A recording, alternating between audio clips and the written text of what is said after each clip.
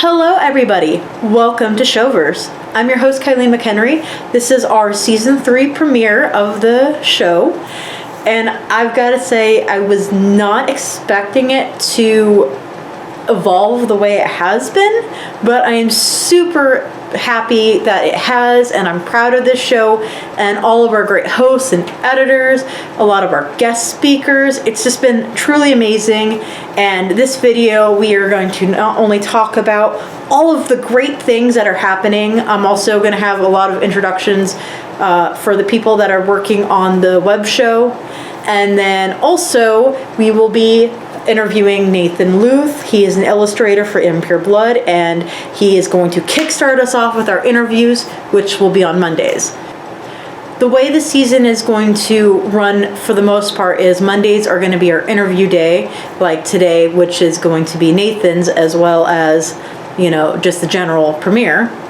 And then Tuesdays are our reviews and breakdowns of different shows and movies and comics and what have you. Wednesdays is primarily going to be reaction videos. Just so you know, we are going to be bringing back Loki, as well as Shadow and Bone, and Ruby will be reacted to along with my daughter Taya McHenry, and we'll have the actual videos on the channel thanks to our lovely editor Abigail. She figured out how to do it where it's going to be less likely to get copyrighted, so you guys can watch and enjoy most of the videos. Thursdays are kind of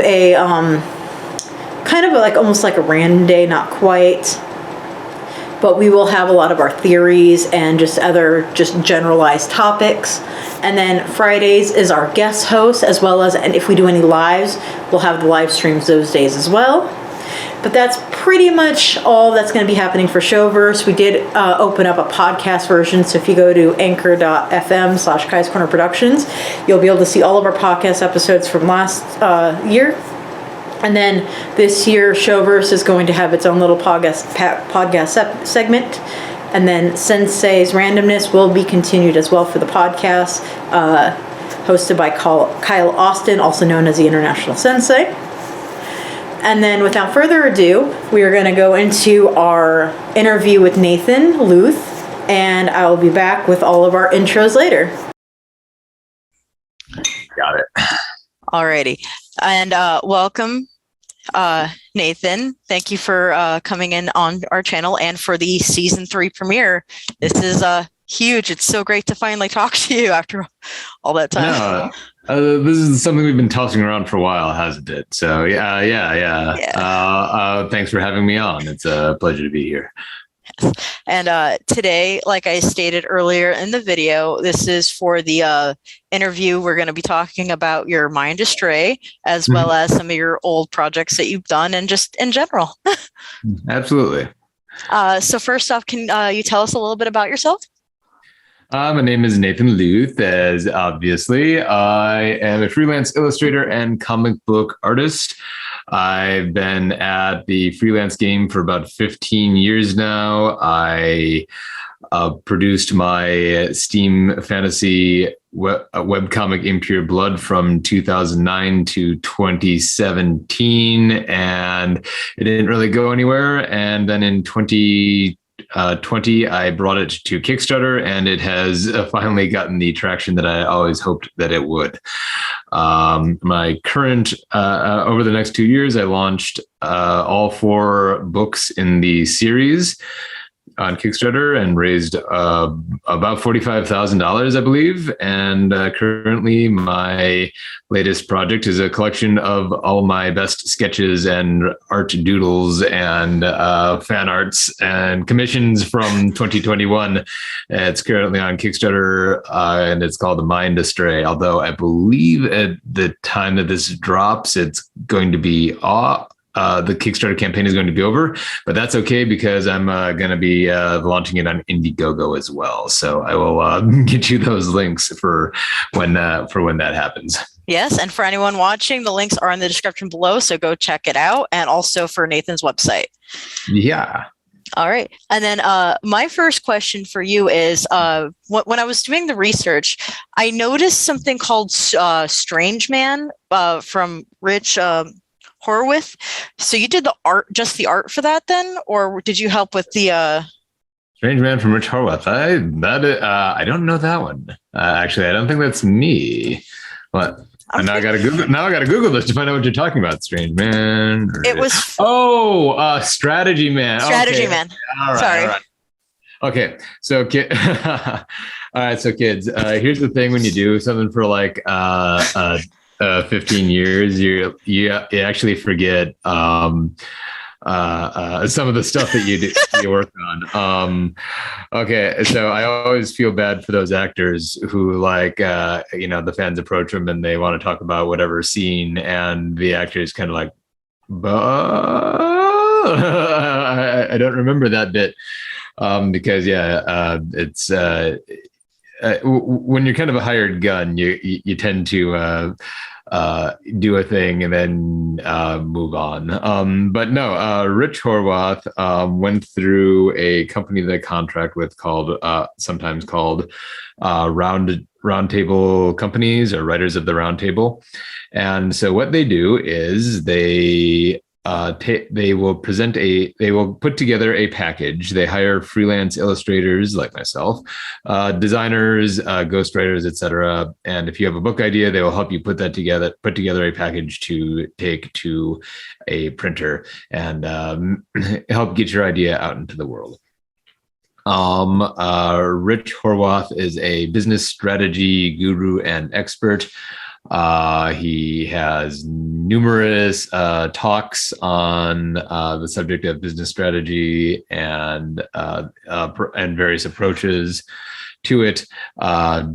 Recommend if you manage a mid-sized company, I highly recommend you check him out. And but yes, he had this great idea for a business strategy book and that kind of takes the tropes of superhero, or uses the tropes of the superhero narratives, and uses it to as a vehicle for his business strategy seminars. And it was a lot of fun. It's very self-aware. It was a treat to work on. He had a lot of funny ideas to riff off of from superhero genres and stuff. And yeah, no, it was just a lot of fun to work on. Yeah, I saw those videos when I was looking online, and they were actually really funny. I love your art style. Like, I noticed that when I first saw the Kickstarter for, I think it was Impure Blood Volume 3 is when I first joined. Yeah. But I remember seeing like that and seeing how it's kind of changed and evolved a little bit over the years. It's like really, really super talented. Oh, thank you. Oh, shucks. Thank you very much. I appreciate that. So going back to Impure Blood, how does it feel to like finally, in a sense, kind of see the progression from when you started writing it and to seeing it like out now through the Kickstarter and like actually being like completed? Like, how does that? It's kind of surreal. I don't even know what to think about it. It's been a part of my life for, over a decade. 2009. Yeah. So that's boy, I can't math at the moment, but yeah, more than a decade, a dozen years plus. So, on the one hand, well, interestingly, when the series wrapped in 2017, I was kind of like, oh man, is this going to be like the last time I ever draw these characters? Am I ever going to dabble in this world again? And the truth is that as an artist and as a artist who controls his own creative properties and such, I'm never am going to be truly done with it, and that's a good thing. I can keep putting it out there in new formats, whatever comes out. I can do new posters for the characters. I can I did new covers for the Kickstarter. And so it's going to take less of my focus. It's more like a little kid that has grown up. It's as opposed to like, yay, now I'm graduated high school and I never have to think about any of these people again. Can I swear on this podcast? Okay. Absolutely. So I've graduated high school and I never have to think of any of these fuckers again. So no. So it's not like that. It's more like a kid where it slowly grows up and it takes a lot of your attention at first, but then the more it grows, the more it gets its own legs and requires less of your attention, but you still got to check in on it every once in a while to make sure it hasn't burned down the house and or something like that. So yeah, so my plans moving forward for Impure Blood are launching a Patreon later this year, so that's going to go in the archive. And so if you want to burn through it, if you want to read the whole thing for free online, I'd say you got about maybe 6 more months to do that. Let's see, and I do recommend it. It's a good read. Before the entire backstory goes behind a paywall. And so back to your question as to how it feels, it's kind of I am proud of it overall. It's a tremendous amount of work, but I'm glad that it is bearing fruit and that it does seem to have more of a life than I initially thought it would. So Right. So now that Impure Blood is done, what were you basically touched in on the sketchbook, but I'd like to talk more about that. Sure. So what ultimately was the deciding factor to actually go forward with the sketchbook idea? Because you said you've been doing these for years and you just yeah. It was and this shows you how smart I am. It was kind of a shock to find out that people really seem to enjoy the process stuff. It was a request that I got for the books to include, like sample pages of what the process looks like. And as a part of the Kickstarters, I take commissions. I had a little thing that I like to call the daily drawing, where I just choose a random backer every day and do like a little sketch card for them. And it occurred to me that the majority of people didn't actually see those things. I was putting work into something that nobody really saw, and some of them were really, really funny. Like I did the cast of Impure Blood as hipsters, which was just this funny little one-off thing for me. It's a steampunk series, so usually they're dressed in Victorian inspired wear clothing, but just so then I was just like, whatever. I honestly don't even remember where the idea came from, but just like, okay, we're gonna like a lot of people would just be like, draw whatever the heck you wanted, and so I was just like, okay, I'm gonna draw the cast as hipsters. And every time somebody said draw whatever you want, I would just draw another member of the Impure Blood cast as a hipster. My favorite though is that one of the cast, Roan, is this giant tank, a big beefy bruiser kind of guy, and he who doesn't wear a shirt for half of the series. And so I got him in like the little trilby hat with the sleeves and the rolled up, and like sipping like a teeny tiny little espresso coffee and stuff. So yeah. So all this is to say there was a lot of funny stuff that I really enjoyed doing that most people just weren't seeing. And so I decided to kind of collect all that together, along with some process stuff, some pitch images that I compiled for other projects, and throw them together in a book. Just because there's fun stuff that I wasn't sharing, and because people like to see the process stuff that I don't normally share in the finished product. So yes, if you're curious about that, you can absolutely go find it and enjoy, and let me know what you think. All right. Yeah, I remember during, I think it was the third one, you put that poster for Goliath. I still have that too. Yes. I love that one. So what do you have next in mind for your career? Yes. In March, I have been fortunate enough to collaborate with Wannabe Press on their ongoing anthology series called Cthulhu is Hard to Spell. It's a collection of short stories featuring the gods and monsters of H.P. Lovecraft, done in the kind of a funny, spooky style. Like if you like that Invader Zim flavor, you should absolutely check out Cthulhu is Hard to Spell. My short story for the third and final anthology book is called A Matter of Significance, and it features a throwdown between H.P. Lovecraft and his pantheon and J.R.R. Tolkien and his pantheon. So yes, if that sounds like something interesting to you, I'll throw that link along too. So I got that coming out. That I believe is launching late February and will run for the month of March.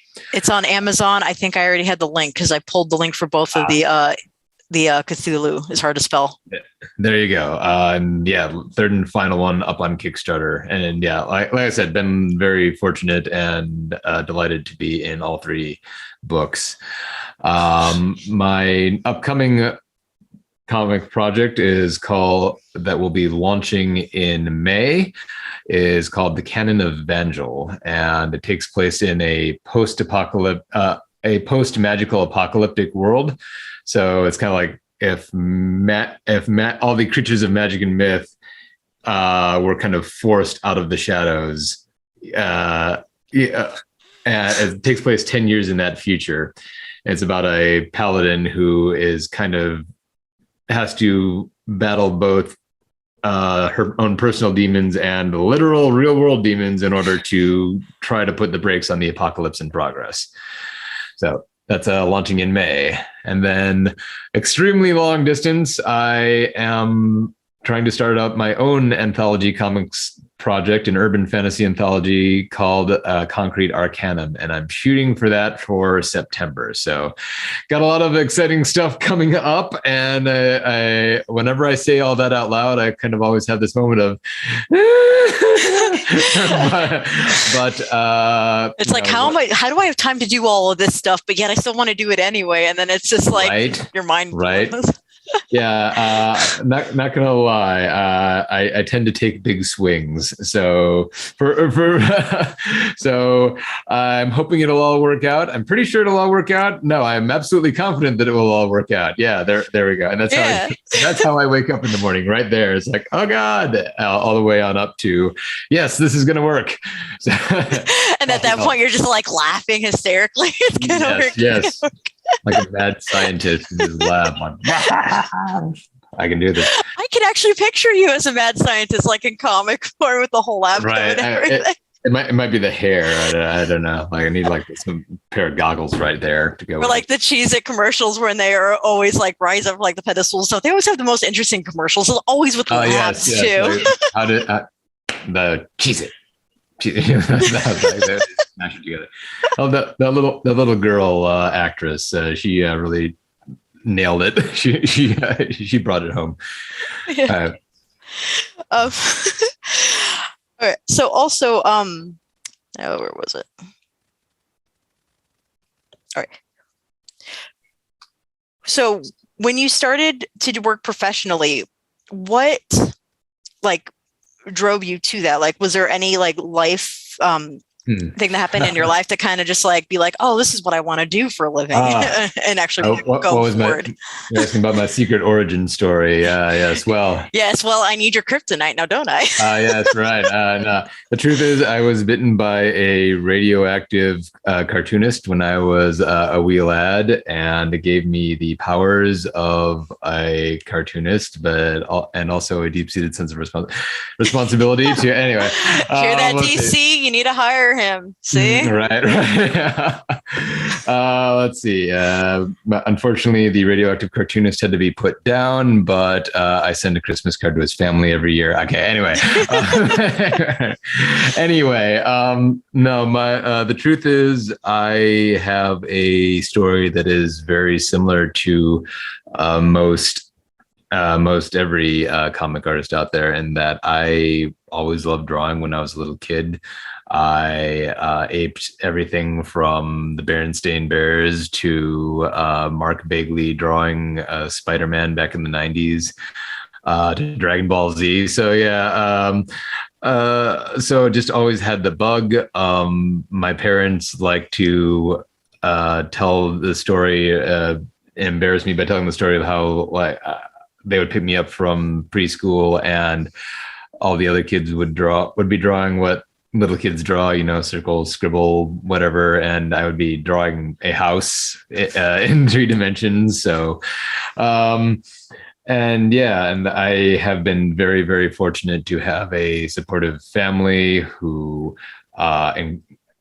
encouraged and enabled me to go to art college when the time came for that. And so, yeah, it was, I never really there's never really an inciting incident so much as this was always what I've done. This is kind of always what I've been called to do.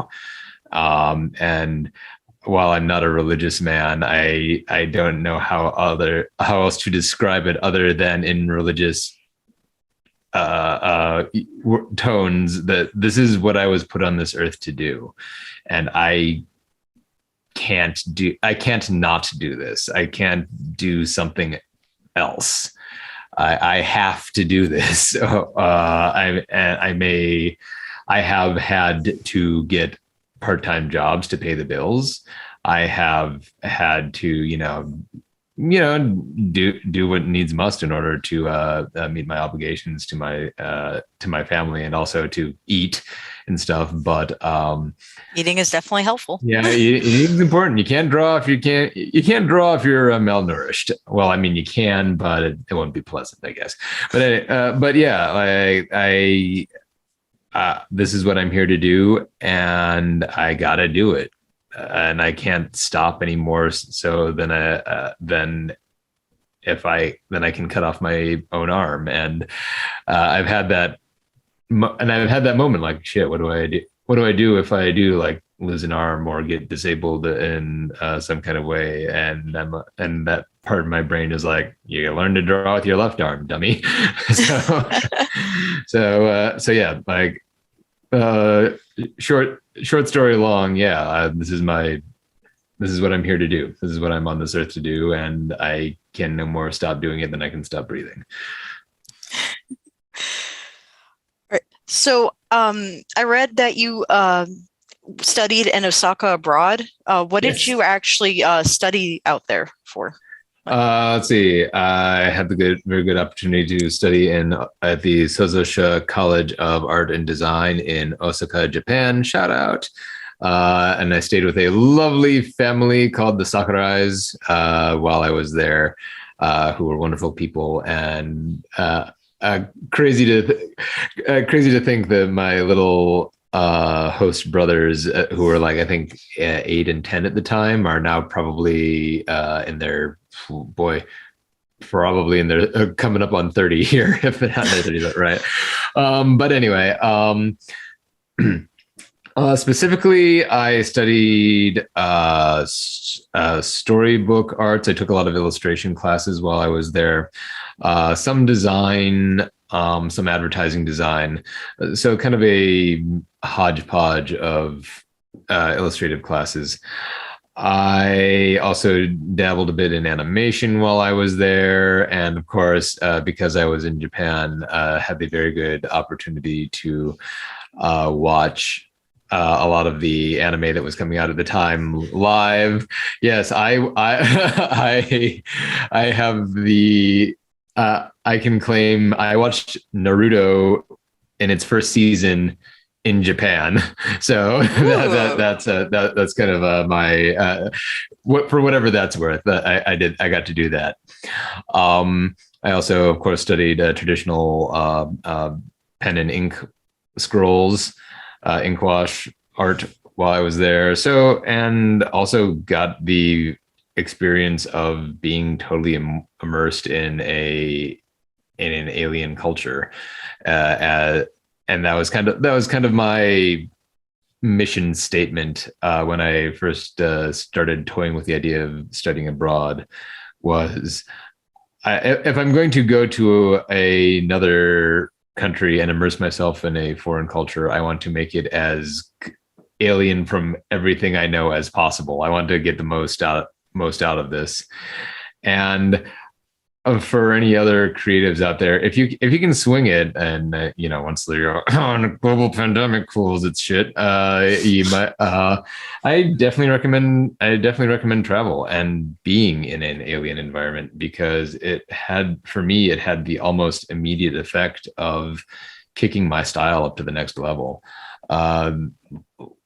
Just having those creative brain meets be in a place where they have to adapt to everything new makes you super creative. And so it's like doing like a whole 180, seeing it through a different lens, essentially. Exactly. And because your brain is trying to adapt to a new situation that it's never been in before, it's like I said, that's the creative synapses are just on high alert, and your everything is more creative, and you're finding solutions to problems that you didn't know you had. So I can also send you some of the stuff that I did while I was there. Unfortunately, a lot of it. Oh no, not unfortunately. This is my own doing. At the time, we used magneto optical drives to save stuff, and so in the 20 years since then, I have neglected to transfer it to any other format. So I still have the drive on my shelf back here. I just don't know if I can access it anymore, or what condition the data is going to be in. So yeah, I'll send you some of that stuff. And I also tried to find like a picture of me there at the time, but unfortunately, I don't think I have any of those either. Quite handy. So yeah, this was also back in the time before everybody had a camera on their phone. So dating myself slightly here. I remember back when 3.25-inch floppies were a thing, and when computers actually first came about. Oh man, yeah. Dating myself too, right? No, I feel you.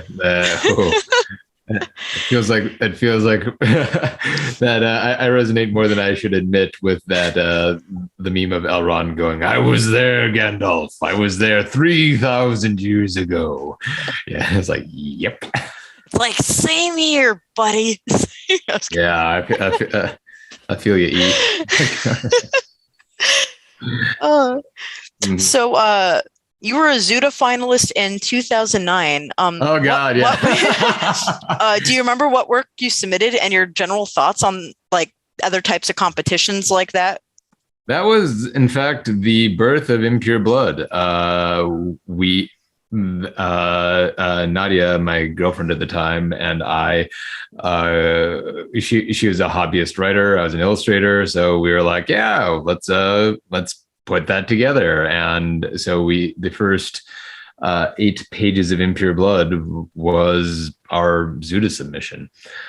And we had already decided that we made it to the finals. We didn't win, but we had already by that point decided that we were going to continue on with it, what win or not. Here we are 15 years later, or I don't know. It was 2009, so that's again. I went to art school, so math is not my strong point.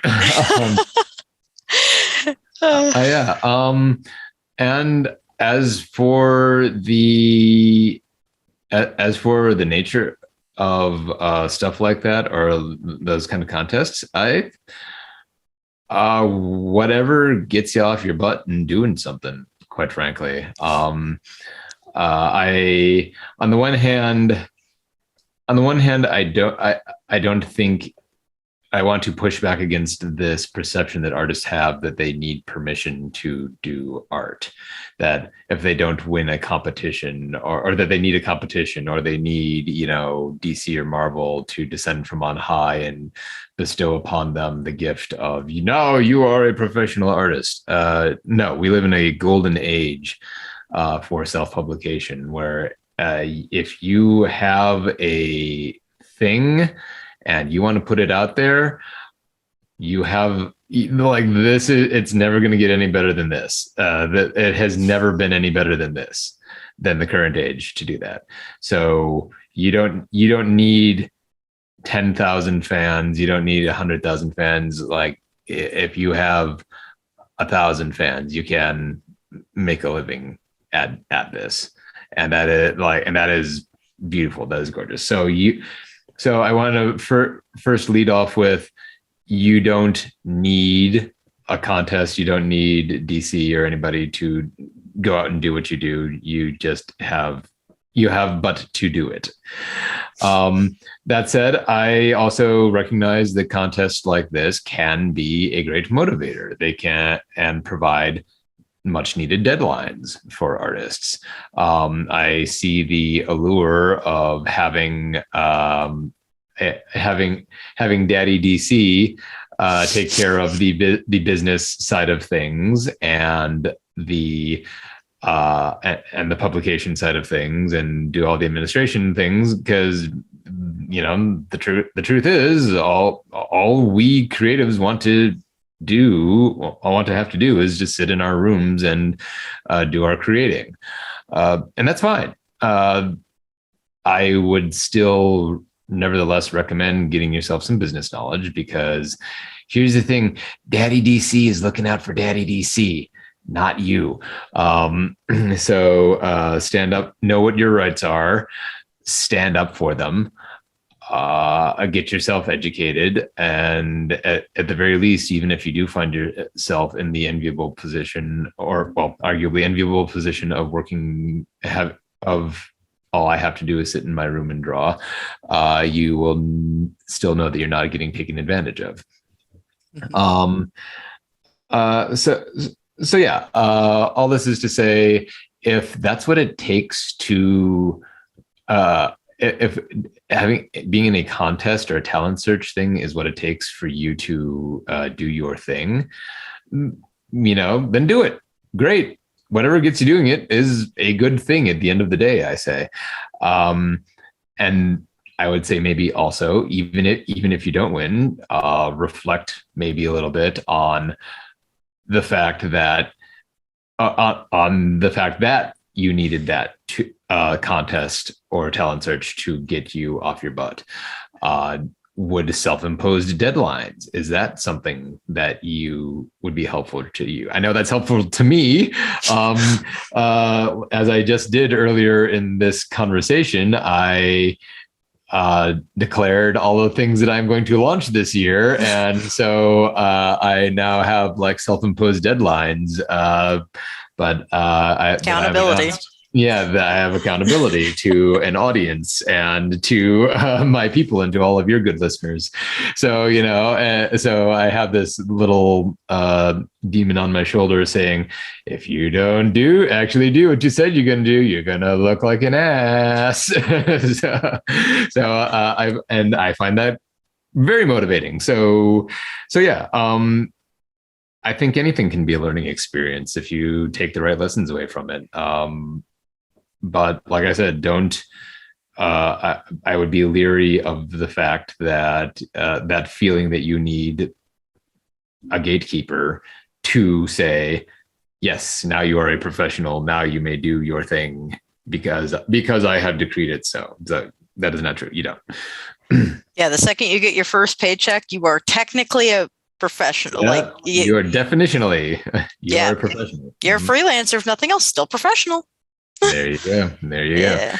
Mm-hmm. So you also know martial arts, from what I was reading? I dabble. Yeah, I have a second degree black belt in Taekwondo. I have played around with everything from faux LARPing to actual proper HEMA stuff. And I'm currently studying Shaolin's Kung Fu. I'm hoping at some point to be able to go in the near future to be able to go study at a proper Kung Fu monastery in China. But again, pandemic ruins everything. So that one's kind of on hold at the moment. But yeah, I am also an evangelist when it comes to exercise for artists and getting out there and doing a thing, because your brain is your most valuable tool, and your brain works by making blood flow to it. So if you can increasing your heart rate, I guarantee you, if you ruminate upon your story while you're on the treadmill or going for a walk or on the elliptical or something like that, you and kind of get into that, force yourself into that meditative state, you will have some good ideas for your story or for your art or for what have you. So highly recommend. Especially since we all tend to be rather sedentary in our profession as well. So I think only good stuff will come from that. I did some of my best writing while I was in basic training for the Air Force. Right. There you go. Yeah. Yeah. Again, you're in a scenario where you're adapting to new things, you're learning, you're getting lots of exercise and blood flow to your brain. So I believe that 100%. Everything always does come together one way or another. Right. So it's you're a holistic, you, Kylene, you, the listener, me, everybody, we are holistic creatures. We kind of need the whole system to be functioning properly. Yes. Right. That's all I had for actual questions for you today. Sure. Was there anything you wanted to add at all? No, this has been a delightful chat, and I really appreciate the questions. You asked about some stuff that people, other interviewers haven't asked about, so I kind of appreciate that, and that was fun. I'm 100% going through research for all of my interviews. For anyone listening, again, I also listen and watch past interviews as well, just so I try not to keep for the same questions. No, that's a great quality. I can't tell you how many times I've been on a interview and people are just asking the same thing over and over again, and I'm saying the same thing over and over again. And it's like, but yes, no, thank you. I appreciate that. I guess Mind Astray, probably now on Indiegogo. Cthulhu is Hard to Spell 3 Battle Royale, currently on Kickstarter. So go check out those things, and you can find me on all the social medias at Nathan Luth Illustration. Yep, and all the links will be down in the description below. And thank you again for coming in. I hope to do this again with you sometime soon. Anytime, it's been my pleasure. Yeah. Well, I hope you all enjoyed that interview with Nathan. It was such a great pleasure talking to him, and we already scheduled a new one to come out in May. The date will be announced soon, so keep an eye out. Join our newsletter at kaiscornerproductions.com. Link is in the description below, and at the bottom of every page has the ability to sign up to our newsletter. And then first, let's go into all of our introductions of people. I will start. My name is Kylene McHenry. I am based in Berwick, Pennsylvania. I am currently, when I recorded this video, 35 years old, but I will be 36 next month. I love anything to do with creating, which is why I made a company that's all about creating and make-believe. So here we are. I write, I dance, I act, I work on film crews for not only my own projects, but other people's projects and live events. And just basically growing up, that's what I wanted to do. I wanted to do film and theater and just create and write. You can check out my books on Amazon as well on my website. You can also check out all the amazing stuff for Kai's Corner Productions on all of our various websites as well. I am a mother of 5. I have 2 biological children, Lily and Emily, and I've got 3 of my stepchildren with my now husband, John. Our children are Taya, Elizabeth, and Jaden. You see them a lot on the channel because they're, we live in the same area, so they like to help create all this wonderful stuff. And then, next person.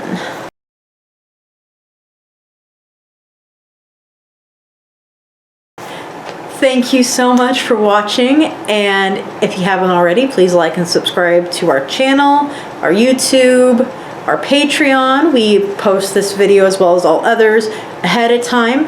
We have some solo game series we're getting ready to post out, and later today we have our video for our Breath of the Wild playthrough coming up on the channel, which has been out on Patreon for about a month now. So get ready, folks. A lot is happening this year, so let's make 2022 great, and I cannot wait to see you in the next one.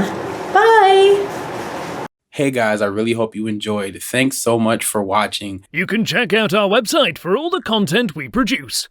Clicking all those YouTube buttons makes it so you see more content from myself and the other amazing creators at Kai's Corner Productions. All donations help us produce more stuff like that for you.